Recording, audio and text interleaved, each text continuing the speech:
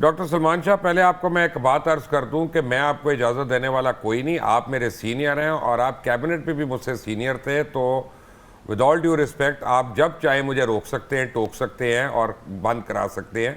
اب میں آپ کی دل سے رسپیکٹ کرتا ہوں، آپ کو پتہ نہیں ہے.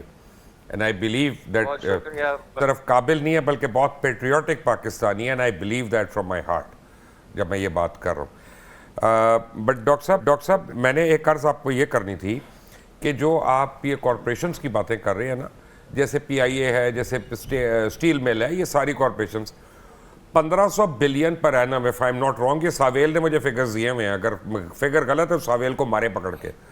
1500 بلین تو یہ سالانہ ہمیں یعنی خرچ کرتے ہیں. تو میں کہتا ہوں آپ پرائیویٹائز کرنے کے لیے 1 روپے میں بیچ دیں، اور جو آپ سے 1 روپے میں بھی خریدے اس کو کڑھائی بھی دیں، اس کو صافہ بھی دیں، بوسکی کا کرتا بھی دیں کہ تیری مہربانی تو ہمیں پر اینم 1500 بلین دے کے جا رہا ہے. اب تو پرائیویٹائزیشن اس فوٹنگ پہ کرنی پڑے گی. جی بالکل. آئی تھنک کہ ہمیں ایک ہر چیز کی جو ایک قسم کی کمپیٹیٹو بڈنگ کر کے ان کو نکالنا پڑے گا. کوئی نہیں یہ جو ہے نا کہ ہم ان کو ٹھیک کریں گے، نہیں ٹھیک پھر نہیں ہوتے، ٹھیک کرنے کے بعد یہ چیزیں ٹھیک نہیں ہو. یہ ہم نے بہت کہانیاں سنی ہیں ٹھیک نہیں کہ ہو سکتا. ہم وہ اب یہ قوم ہی نہیں آپ ہے. کو ان کی آکشن کرنی پڑیں گی اور اس کو نکالنا پڑے گا. بٹ آپ کی پرائیویٹائزیشن کمیشن آپ کو ایک بہترین ادارہ بنانا پڑے گا جس میں کوئی ہمیں گھپلا شپلا نہیں ہوتا That's نظر true. نہیں آنا چاہیے. کیونکہ ہمیں زیادہ نقصان ان قسم کی چیزوں سے ہوتا ہے کہ جی وہ فلانے نے یہ کر دیا اور مفت کا لے لیا.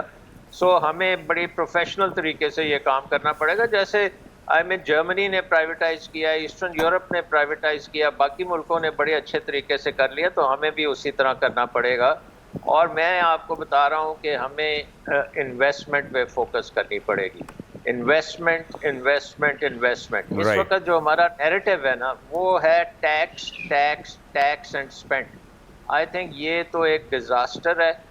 اس کو جتنی جلدی ہم ڈبے میں بند کر کے ایک طرف پھینکیں گے اتنی جلدی ہمارا کام صحیح ہوگا. انویسٹمنٹ کی طرف آئیں. اور میں کہوں گا اپنے ڈومیسٹک انویسٹر کی پہلے بات سنیں کہ اس کی کیا تکلیف ہے، اس کو وہ کیوں نہیں انویسٹ کرتا، اس کے خدشات دور کریں. میں یہ نہیں کہتا اس کو آپ سبسڈی دیں، میں یہ نہیں کہتا اس کو آپ ڈاکٹر پروٹیکشن صاحب دیں، ود آل ڈیو بٹ اس کے ریسپیکٹ، راستے کو صاف کریں. اگر 25% بینک کا انٹرسٹ ریٹ ہے، کوئی پاگل ہے جو آدمی اس پہ لگائے گا؟ وہ بینک سے سود کیوں نہیں کھا لے گا بیٹھ کے 25%؟ کون سا کاروبار نہیں اتنا پیسہ دے گا؟ نہیں ایک چیز یہ ہے کہ ایکوٹی مارکیٹس بھی ہیں، ایکوٹی کا بھی پیسہ ہے، اور اس کو پیسہ لانے دیں. اگر وہ پیسہ آپ سے مانگتا ہے تو بے شک نہ دیں. آپ اسے کہیں جی آپ جہاں مرضی سے پیسہ لیں، ہم آپ کا کوئی اس کا ہم نہیں مانگنا چاہتے کہ آپ نے یہ کہاں سے لیا ہے. آپ آ کے انویسٹ کریں، نوکریاں بنائیں اور کاروبار کریں. اوکے. اور آپ ڈیفرڈ ٹیکسز بھی ان کو لگا سکتے ہیں کہ آگے چل کے آپ جب منافع کما لیں گے تو پھر لے لیں گے. مقصد یہ ہے کہ آپ نے انویسٹمنٹ کو فوکس میں لے کے آنا ہے. انویسٹمنٹ آپ دیکھیں ہمارا اور بنگلہ دیش کا فرق کیا ہے. ہماری investment to G D P 14% پہ گھوم رہی ہے پچھلے 10 سال سے، اور بنگلہ دیش کی investment to G D P ratio جو ہے 35% پہ چل رہی ہے، اور ان کا ٹیکس ریشیو جو ہے وہ ہمارے سے کم ہے. So taxes are not important, investment is important. Okay. 1% tax کا اضافہ کر کے 10% انویسٹمنٹ کو ضائع کرنا تو یہ بڑا نقصان دہ چیز ہے. اب دوسری چیز میں یہ کہنا چاہتا ہوں کہ اگر انویسٹمنٹ آپ کی چل پڑتی ہے تو خاموشی سے اپنا ٹیکس کے نظام کو ٹھیک کر لیں. اس کو پھر آپ ایسا نظام بنائیں کہ سب لوگ سیلف اسیسمنٹ کے تحت اس کا حصہ بنے اور اس کو ویٹ کرنے کی ضرورت نہ ہو. ٹھیک ہے. وہ نظام جو ہے پاکستان نے اربوں روپے خرچ کیے ہیں وہ بنانے کے لیے، لیکن وہ بن نہیں سکا کیونکہ یہاں پہ بہت ویسٹڈ انٹرسٹ ہیں جو نہیں فیئر بننے انف، دیتے اس فیئر انف.